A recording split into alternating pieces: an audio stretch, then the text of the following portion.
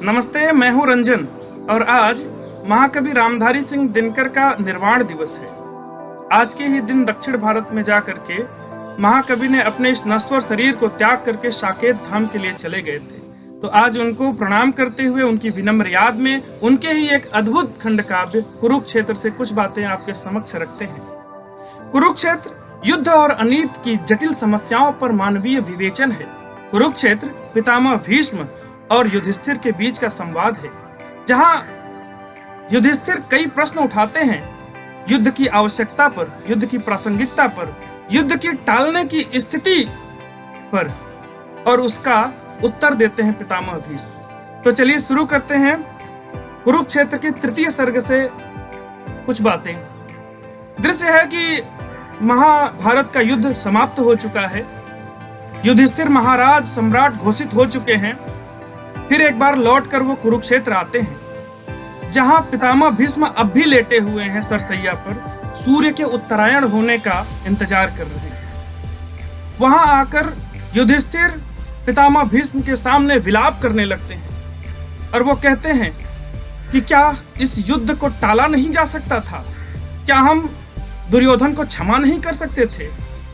क्या हम त्याग नहीं कर सकते थे? क्या हम सहनशील नहीं बन सकते थे? क्या कोई ऐसा विकल्प नहीं था जिससे इस युद्ध को टाल करके इस महानाश को रोक दिया गया होता? तब पितामह भीष्म उनको जो उत्तर देते हैं वो इसमें मैं आपको सुनाता हूं, सुनिएगा। कि क्षमा दया तप त्याग मनोबल सबका लिया सहारा, क्षमा दया तप त्याग मनोबल सबका लिया सहारा, पर नर व्याग सुयोधन तुमसे कहो कहाँ कब हारा, क्षमाशील हो रिपु समक्ष तुम हुए विनत जितना ही, दुष्ट कौरव ने तुमको कायर समझा उतना ही, अत्याचार सहन करने का कुफल यही होता है, पौरुष का आतंक मनुज कोमल होकर खोता है, और क्षमा शोभती उस भुजंग को जिसके पास गरल है, क्षमा शोभती उस भुजंग को जिसके पास गरल है, उसको क्या जो दंतहीन विषहीन विनीत सरल है, 3 दिवस तक पंथ मांगते रघुपति सिंधु किनारे, बैठे पढ़ते रहे छंद अनुनय के प्यारे प्यारे,